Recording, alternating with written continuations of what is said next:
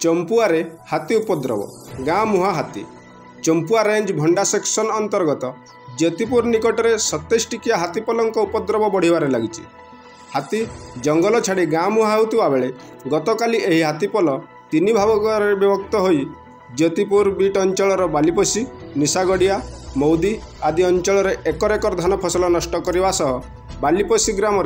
4टी निशागड़िया ग्राम 2टी और मौदी ग्राम गोटे घर भांगी घर भितर धान चाउल खाई जाइतिबा जଣା पड़िछि। एबे एही हाथीपल 2 भाग में विभक्त हो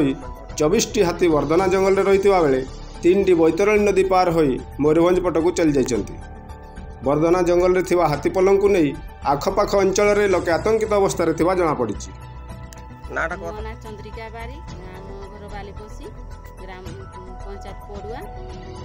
घर राति आसी गाली 3टा हाथी घर भांगी दी धान चाउल खाई डेक्ची माड़िया सब गुंड माने लेपचेप कर चाउल फाड़ भी खाई धान भी खाई भर तो सुंड भर्ती कर खाईदे। राति 9टा 10:30 पाखापाखि 10:30 11 पाख फॉरेस्ट वाला सांगरे थिले से माने एपट सेपट हाथी हे गले बेलू